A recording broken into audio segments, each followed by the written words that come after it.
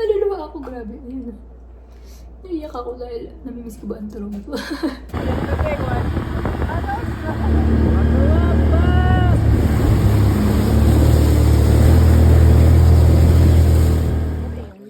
That was Charlie.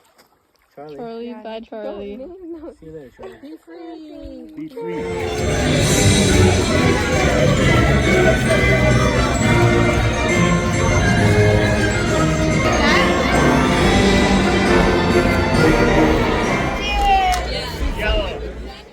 And good morning guys. It's time to cook lunch again. Ano ngayon? Napakalamig ngayon. It's plus 10 lang siya. And umuulan siya. Uulan siya the whole day. So ayan, makikita niyo very gloomy sa labas. Ayan, umuulan siya ngayon at saka mahangin siya. Kagabi pa yan. Sobrang hangin kagabi. Nakatakot nga eh. Pero bukas, magbabago na naman yung temperature. So, magiging plus at yung high of 23 na naman siya. So, the next few days, medyo maganda pa yung panahon. So, hindi pa siya talaga magsa-start yung fall season. Medyo summer weather pa rin tayo. Kaya okay. So, yan. For today, magluluto lang tayo ng menudo. I'm not sure kung pang ilang beses ko lang to magluluto ng menudo. Actually, siguro mga pangalawang beses pa lang. Kasi hindi talaga ako marunong magluto ng menudo. So, ang gagamitin ko lang yung mamasitas na mix para para madali. Kasi wala akong tomato sauce. Kaya yun na lang yung gagamitin ko. So, yan. So, itong pork na to, binili ko lang to siya sa Seafood City. So, na siya. Nakakat na siya. Menudo cut nakalagay. Medyo mura siya. $3.95 lang siya, di ba? Tapos, ito naman, $4.70 yung isa. So, dalawa yung binili ko. Ayan. Wala akong masyadong ingredients. Kung ano lang yung namahanap ko dito sa namin, sa fridge namin. Yung carrots lang, potato, tsaka ito, kamatis, sibuyas. Wala. May green peas pa dapat. Wala din akong hotdog. Yan, wala. Ito yan, mamasitas. Wala nga din akong bawang eh. Nabusan na kami. Kaya, skip na lang natin yung bawang. Yung dalawang anak kong babae, yan nasa Toronto pa rin sila. So, nagbakasyon sila doon for the summer. So, andun sila late end of July hanggang end of August pa. So, mga 1 week na lang sila doon. Tapos, babalik na sila dito. Kasi malapit na rin yung start ng school nila. So, yun. Sabi ko sa kanila, mag-video sila ng mga ginagawa nila doon sa Toronto, sa Ontario. Yung mga pinupuntahan namin dati, i-video nila kung ano na ba yung mga pagbabago na meron doon. So, yun, medyo, konti lang yung mga videos na, napadala nila sa akin. Nakakamiss din pala ang Toronto, grabe. Ngayon ko na-realize na, ang dami kong mga bagay at mga lugar na namimiss puntahan doon. Yun. Kasi, dito, ito nga, ako lang yung hindi nakasama, di ba, nito, si Richard at si Andre, nakauwi sila. Nakapunta sila doon for 1 week. Hindi ako nakasama. Kasi nga, mahal na ng pamasahe. Masakit naman ako, naiiyak ako. So, sibuyas. Ayan. So, yun lang. Yung pag nakikita ko yung mga videos ng mga bata. Tsaka nakikita ko yung mga pinsan nila. Yung mga, nakakamiss din pala siya. Akala ko, hindi ko mamimiss. Kasi, magto 2 years pa lang naman kami dito sa Alberta, diba? Pero namimiss ko na rin pala siya. Kasi ang daming pwedeng gawin doon actually. Lalo na pag sa mga bata. Naluluwa ako, grabe. Ayun. Naiyak ako dahil namimiss ko ba ang Toronto? Hindi. Dahil lang sa sibuyas to. Ano ba yun? Sakat sa bata. Kasi, yun nga, katulad na sinabi ko, sa Toronto, napakadaming pwedeng gawin. Lalo na sa mga kids. Talagang parang kid-friendly talaga yung Toronto, yung Ontario. Sobrang daming pwedeng gawin doon. Yung doon sa Toronto, mostly pang ang daming entertainment, ganyan. Mga Wonderland, andoon siya. Blue Mountain, yung Wasaga Beach. Yan, yung mga namimiss namin. Kasi dito, di ba, yung mga lakes, hindi masyadong pwedeng paliguan kasi nga sobrang lamig. Pero doon, yung Wasaga, very, okay yung tubig doon. Masarap maligo, ganyan. Andun sila Isabel kahapon. Nag-swimming daw sila. tumambay lang sa beach, ganyan. Kasi doon nakatira yung brother-in-law ko tsaka yung sister-in-law ko sa Wasiga. Kaya every summer din nagpupunta kami doon, nagsistay kami for a week. Ang bakasyon ng mga bata. So ano pa ba yung mga nami-miss natin sa Toronto? Yun nga, yung Wonderland. Every year, talaga napupunta kami ng Wonderland kasi parang naging na namin siya yung, go-to place namin every summer. Yan, kasi kumukuha kami ng season pass yan. Tagal na namin ilang years na rin na meron kaming season pass. Tapos, minsan pumupunta kami twice a week, ganyan. Sa isang summer, mga 6 na beses kami nagpupunta.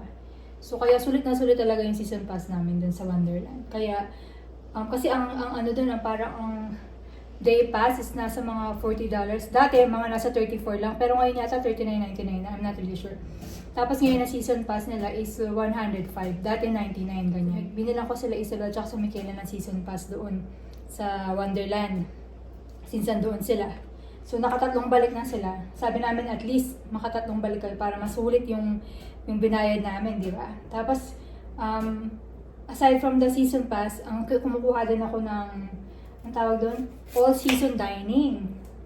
Maganda rin yung all-season dining kasi pag all-season dining, yung pagkain, pwede kang kumain ng 2 beses doon sa Wonderland na with your all-season dining pass. Kasi usually ang mga pagkain doon nasa $20, di ba?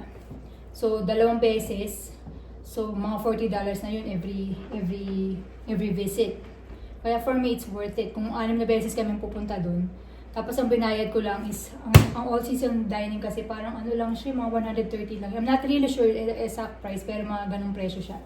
Mga 130. So, imagine mo yun, 130. Tapos, nakakailang balik kami. Tapos, in a day, pwede kang kumuha ng 2 beses na meal. Ang interval is every 4 hours.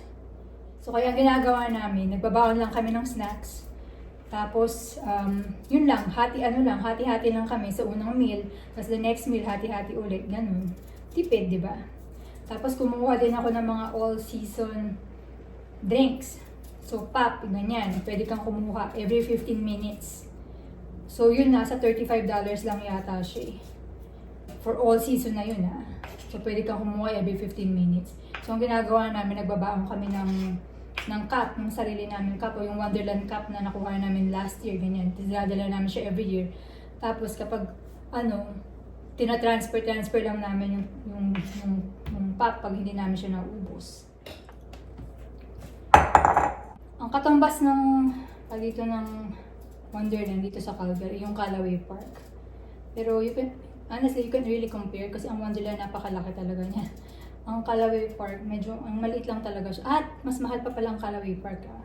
Ang season pass nila sobrang mahal compared to Wonderland. Tapos mas maraming rides sa Wonderland, syempre. Tapos yung mga big rides talaga, sobrang lalaki ng mga rides. Yung mga roller coasters nila, grabe, ang lalaki talaga.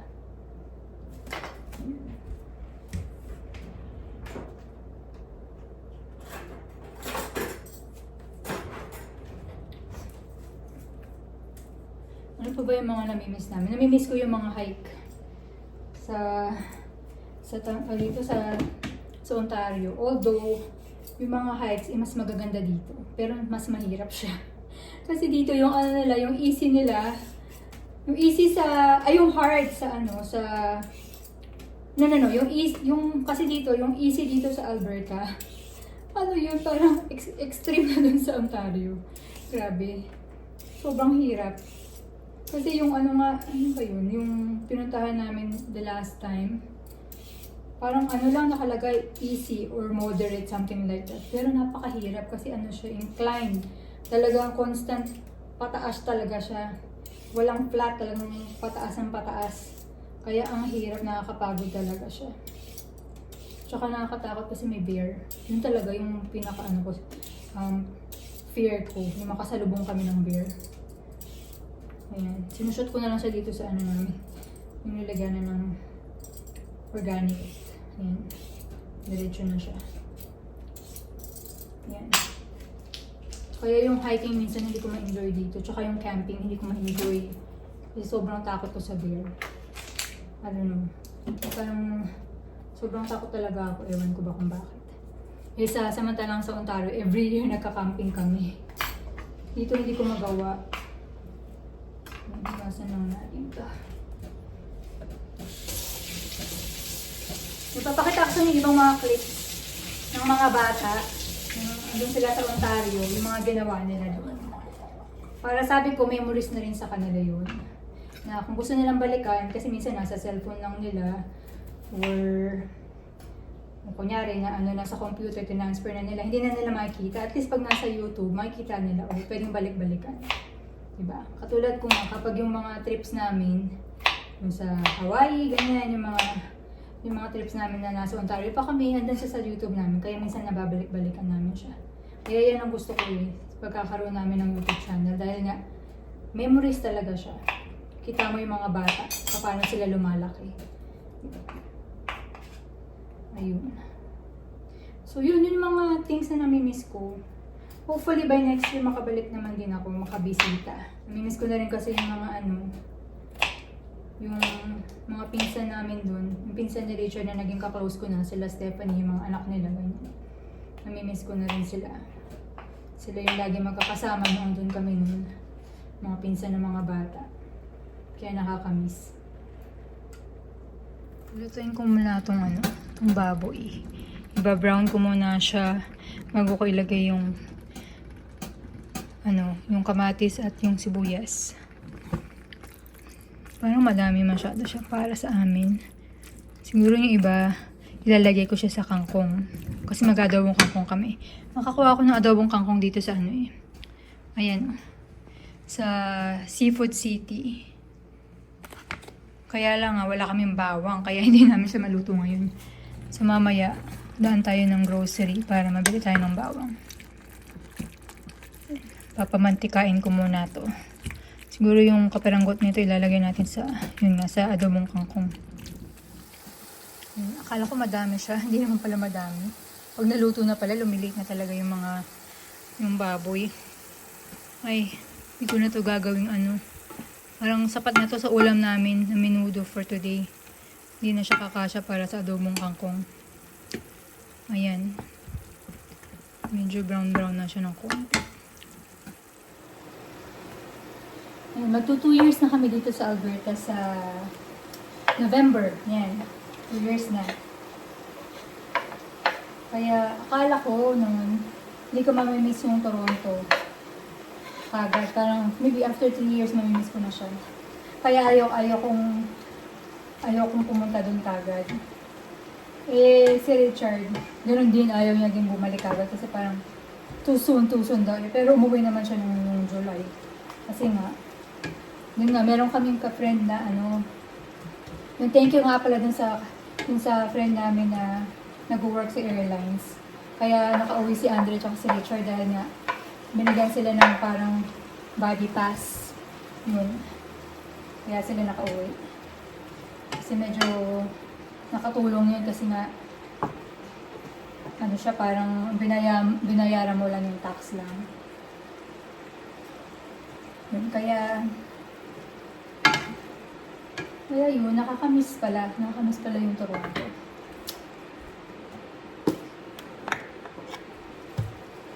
Si Richard nga, di ba, nung umuwi siya, ang sabi niya sa akin, parang na-culture shock nga daw siya dahil doon parang ang daming tao, ganyan, daming tao palagi dun sa community namin. Tapos, dito, ang traffic daw. Ganun pa rin daw yung traffic. Samantalang dito sa Alberta, hindi masyadong ma-traffic. Lalo na sa area namin, papunta sa trabaho na, wala talagang traffic. As in. Kaya medyo na culture shock daw siya. So sa mga nag-move dito from Ontario or from Toronto, namimiss nyo na ba yung Toronto? Comment down below yung mga nanonood, yung mga from Ontario to Alberta na nag-move dito. Kasi yung mga bata nakakatawa. Kasi, di ba, every summer, ang pinupuntahan namin palagi yung mga lake, ganyan. Lake Louise, Moraine Lake. Minsan, nung pangalawang balik namin, this summer nga, nung sa Moraine, kasama namin yung mga bata. Wala na, parang hindi na sila masyadong excited. ganun talaga yata, no? Kapag yung ganung age, parang hindi na, mas gusto na nila yung mga mall, yung mga ganyan, yung mga maraming mga ganap, maraming happenings. Yan, yun yung mga gusto na nila, hindi na nila masyadong type ng mga nature. Kasi sila, kahit yung sila Isabel noon, kahit nasa Antara pa rin naman kami, hindi sila mahilig mag-hike. Parang napipilit lang namin sila na mag-hike kasi nga, napapagod sila ng mabilis. Eh, lalo na dito, di ba? Si Isabel nga, dun sa mga hikes namin, hindi siya sumami. Kasi hindi niya kakayanin talaga yun. Mahirapan siya. Iba talaga kasi yung hike dito. Maganda talaga siya yung view ng Alberta pag nag-hike kayo. Kakaiba siya. Pero yun nga, hindi siya madali. Hindi madaling mag-hike dito. Mahirap yung mga trails nila. Ano natin? Lagyan natin tubig. Yan. Actually, first time ko magluluto ng gagamit itong mix na to. Hindi ko alam kung okay siya.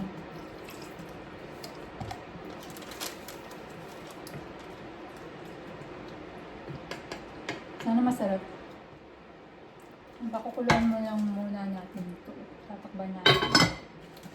Balikan na lang natin.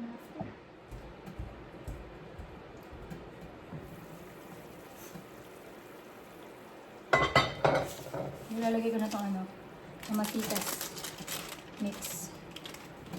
Ayan.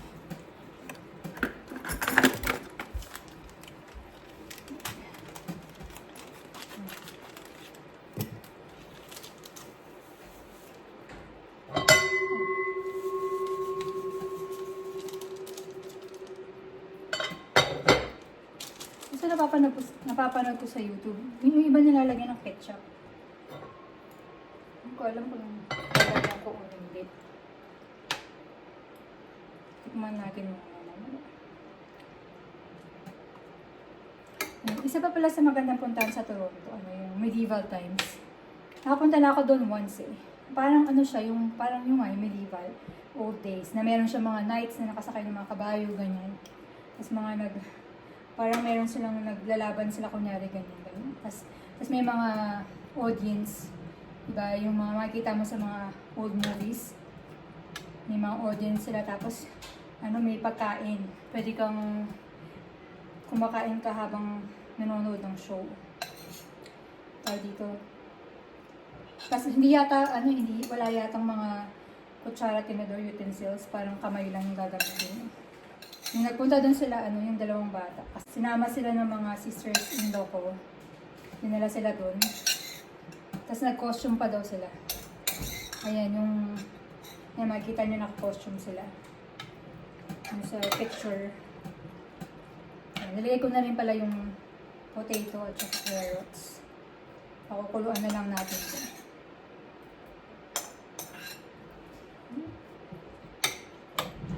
Takpan na natin.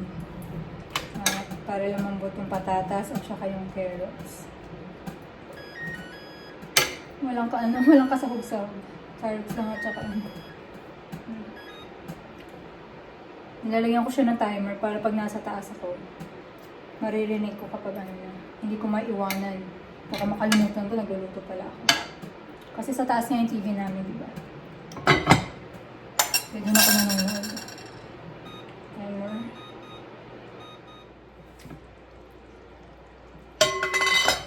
Kumain na natin kung masarap pa siya. Parang matigas pa yung potato. Tsaka yung carrots. Ayan. Ay! Aray! Ouch, ouch.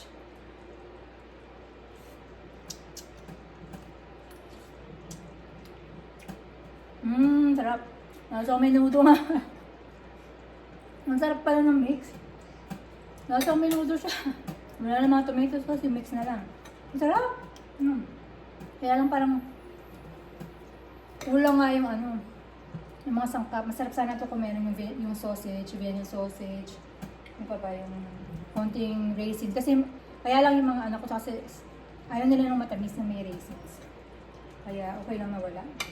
Green peas sana masarap din to. Kaya lang wala tayo. Kung ano lang yung mahagilap natin talaga. Pero masarap na siya actually. Masarap ng mix. First time kong gumamit. Yun na lang gagamitin ko palagi. Pwede din siya pang apritada. Ayan. Antayin na lang natin lumambot yung carrots at kakain na tayo. So yun lang guys. Yun lang yung gusto kong i-share sa inyo sa vlog na to. Yung mga namimiss ko sa Toronto. Namimiss natin sa Ontario. So again, sa mga nag-move from Toronto or Ontario to here sa Alberta, ano yung mga namimiss nyo? So, pa-share naman. Yan. Paano na lang, pa-comment down below na lang kung meron kayong mga namimiss. Kasi alam ko napakadami talagang lumipat from Ontario to Alberta. So yun lang. So yun lang guys. Thank you guys for watching. Bye!